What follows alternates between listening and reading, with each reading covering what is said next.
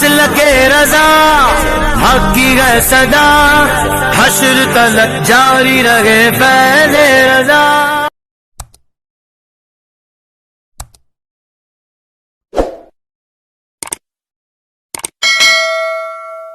سے پوچھنا چاہتا ہوں میرے آقا علیہ السلام کے دیوانوں، اگر عیسائیوں کے پاس یہ مذہب موجود ہوتا جو جناب عیسیٰ کہہ رہے ہیں تو وہ مسلمانوں پر کبھی بھی تلوار نہ اٹھاتے، بم کے دھماکے کر کے کبھی بھی عراق کو قبرستان میں تبدیل نہ کرتے، ملک شام کی تباہی نہ ہوتی۔ لیکن ایک بات میں یہاں ضرور عرض کرنا چاہتا ہوں کہ جب ہاتھوں میں شراب کے پیالے آتے ہیں تو تباہی ہوتی ہے، کیونکہ اللہ بے نیاز ہے، اسے کسی کی حاجت نہیں ہے،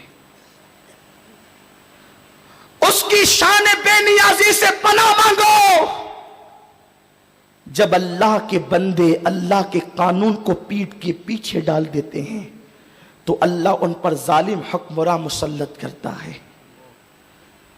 ایک ایک مسلم بادشاہ کے حرم میں 300 عیسائی لڑکیاں، اور عیسائیوں نے اپنی حسین لڑکیوں کو بے دریغ استعمال کیا، مسلم نوجوانوں کو، بادشاہوں کو، حکمرانوں کو عیاش اور آوارہ بنانے کے لیے۔ اور آج بھی امت مسلمہ کے جوانوں کو عیاشی کی طرف لے جانے کے لیے، فحاشی اور بدکاری کی طرف لے جانے کے لیے اس طرح کے گندے اور غلیظ تہواروں کے نام پر یہ عیاشی کے موقع فراہم کیے جاتے ہیں، اس لیے کہ جو گناہ کی لذت ایک مرتبہ چکھے گا تو شیطان گناہ کو اتنا لذیذ بنا کر پیش کرتا ہے کہ پھر وہ اس دلدل میں ڈوب جائے گا۔ گناہ اس دلدل کا نام ہے، ایک قدم تم بڑھاؤ گے، دوسرا قدم خود بڑھے گا۔ تو لوگ اچھی طرح جانتے ہیں کہ ایک مرتبہ شراب پلائیں گے سال کی پہلی شب میں، پھر زندگی بھر پلانے کی ضرورت نہیں پڑے گی۔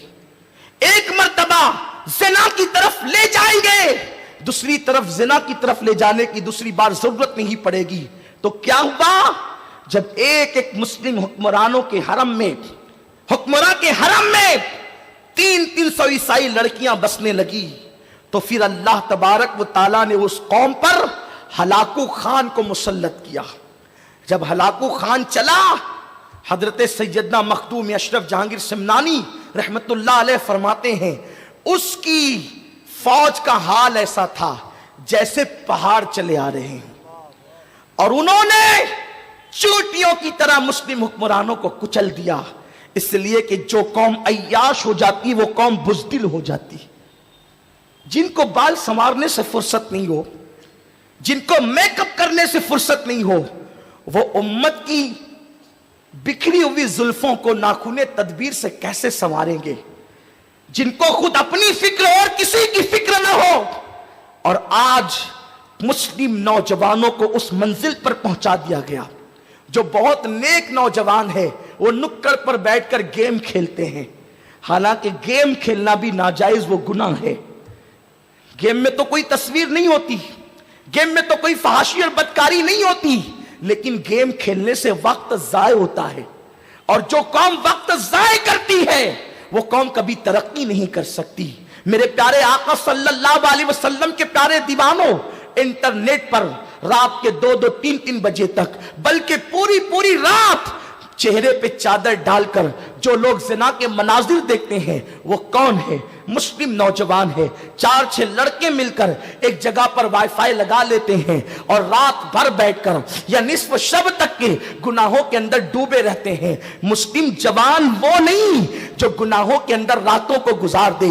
آؤ مسلم جوانوں کی جوانی کیا تھی، اللہ اکبر۔ خالد ابن ولید کی جوانی دیکھو، طارق بن زیاد کی جوانی دیکھو، محمد بن قاسم کی جوانی دیکھو، آپ کو پتا ہے کیسے وہ جوان تھے جن کی راتیں مسلح پر گزرتی آنسو بہاتے ہوئے اور دن امت کی رہنمائی میں گزرتا۔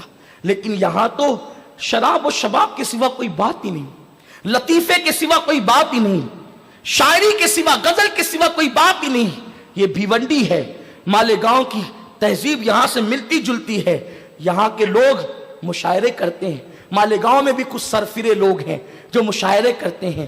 اگر ادبی مشاعرہ ہو تو مجھے کوئی اعتراض نہیں کہ ٹھیک ہے، ادب اور ادیبوں سے اپنا بھی لگاؤ ہے، لیکن اب تو باضابطہ طور پر شاعرات کو بلایا جاتا ہے اور وہ میک اپ کر کے آتی ہے اور ایسی ایسی غزلیں پڑھتی ہے جس سے نوجوانوں کی شہوات اور نفسانی خواہشات بھڑکتی ہے۔ آقا کریم صلی اللہ علیہ وسلم کے غلاموں، میں تم سے پوچھنا چاہتا ہوں، جو قوم تباہی کے دہانے پر پہنچ گئی ہو، کہ وہ قوم اب بھی شاعری میں، شباب میں اور شراب میں ڈوب جائے گی؟ ذرا احساس تو کرو، اور یہ مت سمجھنا ہندوستان میں رہ کر جو تم کو 3 مرتبہ پیٹ بھر کے کھانا مل رہا ہے اور نرم نرم گدے پر تم راتیں گزار رہے ہو، یہ دن ہمیشہ رہیں گے۔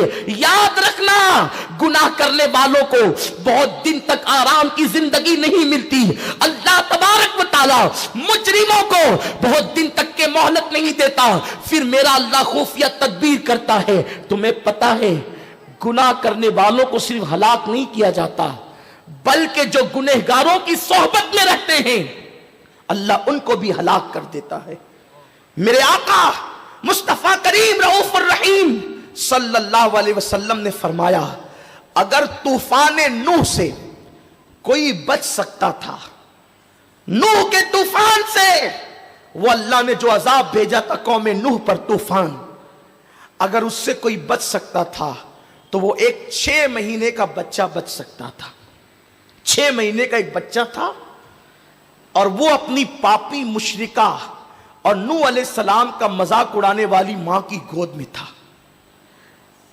جب طوفان آیا، زمین سے پانی نکلا، آسمانوں سے پانی برسا، حتیٰ کہ روایتوں میں یہاں تک آیا ہے کہ جو جلتے ہوئے تندور تھے اس سے بھی پانی نکلنے لگا، اور اس عذاب کے اندر حضرت نوح کی بیوی بھی ڈوب گئی، نوح کی بیوی بھی ڈوب گئی، نوح علیہ السلام کا بیٹا بھی ڈوب گیا۔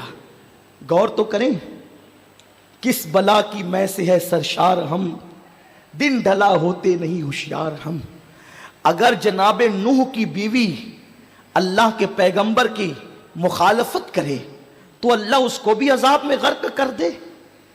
ہم آخر کون سے سرخاب کے پر لے کر کے آئے ہیں کہ ہم جو کریں ہمیں کچھ نہیں ہوگا، ہمیں کچھ نہیں ہوگا؟ ہم نے غوث و خواجہ کا دامن پکڑا، ہمیں کچھ نہیں ہوگا؟ ہم رسول اللہ کی امتی، ہمیں کچھ نہیں ہوگا؟ سنو، امت محمدیہ پر اجتماعی عذاب نہیں آئے گا، یعنی جیسے اور قوموں کو مکمل طور پہ تباہ کر دیا گیا ویسے امت محمدیہ تباہ نہیں ہوگی، کیونکہ میرے آقا نے فرمایا میری امت کبھی گمراہی پر جمع نہیں ہو سکتی۔ جب امتی گمراہی پر ساری امت جمع نہیں ہوگی تو یہ ہلاک بھی نہیں ہوں گے، یہ مخالفت کریں گے گمراہوں کی تو ہلاک نہیں ہوں گے، لیکن اجتماعی عذاب نہیں آ سکتا، انفرادی عذاب آ سکتا ہے۔ تم خود گناہ کرو گے تو ہلاک کر دیے جاؤ گے، تباہ اور برباد کر دیے جاؤ گے۔ میرے آقا فرماتے ہیں طوفان نوح سے اگر کوئی بچ سکتا تھا تو ایک 6 مہینے کا بچہ، لیکن وہ بھی نہیں بچا۔ ایک ماں جو جناب نوح کی نافرمان تھی، ان کا مذاق اڑانے والی اور قوم نوح کا ساتھ دینے والی تھی، وہ اپنے بچے کو گود میں لے کر کے بھاگی اور ایک ٹیلے پر چڑھ گئی، پانی وہاں تک پہنچا، اس کے گود میں بچہ تھا۔ آقا فرماتے ہیں کمر تک پانی ہوا تو اس نے بچے کو اٹھایا، پھر اور اوپر پانی ہوا تو اس نے کندھے پہ بٹھایا، کندھوں تک پانی گیا تو اس نے سر پہ بٹھایا، لیکن جب سر تک پانی گیا تو بچہ بھی ڈوب گیا، اس کی ماں بھی ڈوب گئی۔ شارحین کہتے ہیں بچے کا قصور کیا تھا؟ وہ تو 6 مہینے کا بچہ تھا۔ امام ابن جریر طبری فرماتے ہیں وہ 6 مہینے کا بچہ تھا، اس کا قصور کیا تھا؟ وہ کیوں ڈوب گیا؟ اس کے ڈوبنے کی وجہ کیا تھی؟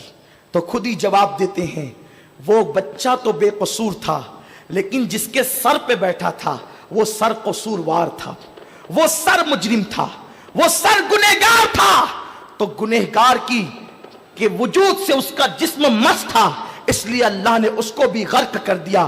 مجھے بتاؤ میرے پیارے آقا صلی اللہ علیہ وسلم کے دیوانوں، ایک 6 مہینے کا بچہ ایک مجرمہ کی گود میں ہو، اس کے سر پہ ہو، اس کے کندھے پہ ہو، تو اللہ اس بچے کو بھی عذاب میں گرفتار کرتا ہے.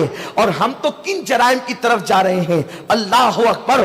جن جرائم کو، بلکہ جس جرم کو آقا نے ام الخبائث کہا ہے، آپ جانتے ہیں آقا کریم رؤوف الرحیم صلی اللہ علیہ وسلم فرماتے ہیں کہ میرے اللہ نے مجھے بیان کیا اور میرے اللہ نے مجھ سے یہ کہا، مجھے اپنے عزت و جلال کی قسم، مجھے میری کبریائی کی قسم، اے محبوب تیرا کوئی امتی جتنا شراب پیے گا، جتنی مقدار میں شراب پیے گا، اتنی ہی مقدار کے اندر میں اس کو جہنمیوں کا پیپ پلاؤں گا. اور اللہ عز و جل نے فرمایا حبیب جو تیرا کوئی امتی شراب جتنی مقدار میں پیے گا، میں اتنی مقدار میں اس کو جہنمیوں کا پیپ پلاؤں گا اور اس پر جنت کی خوشبو کو بھی حرام کر دوں گا. میرے آقا صلی اللہ علیہ وسلم کے پیارے دیوانوں، یہ کون کہہ رہا ہے؟ یہ وہ رحمتیں تمام کہہ رہا ہے جو پوری رات تک کے امت کی مغفرت کے لیے دعا کرتے رہے. لوگوں آج ہمیں نشے کی طرف لے جایا جا رہا ہے. ہمارے چھوٹی چھوٹی عمر کے جوانوں کو نشے کی طرف لے جانے کی کوشش کی جا رہی ہے. یاد رکھو حضرت سیدنا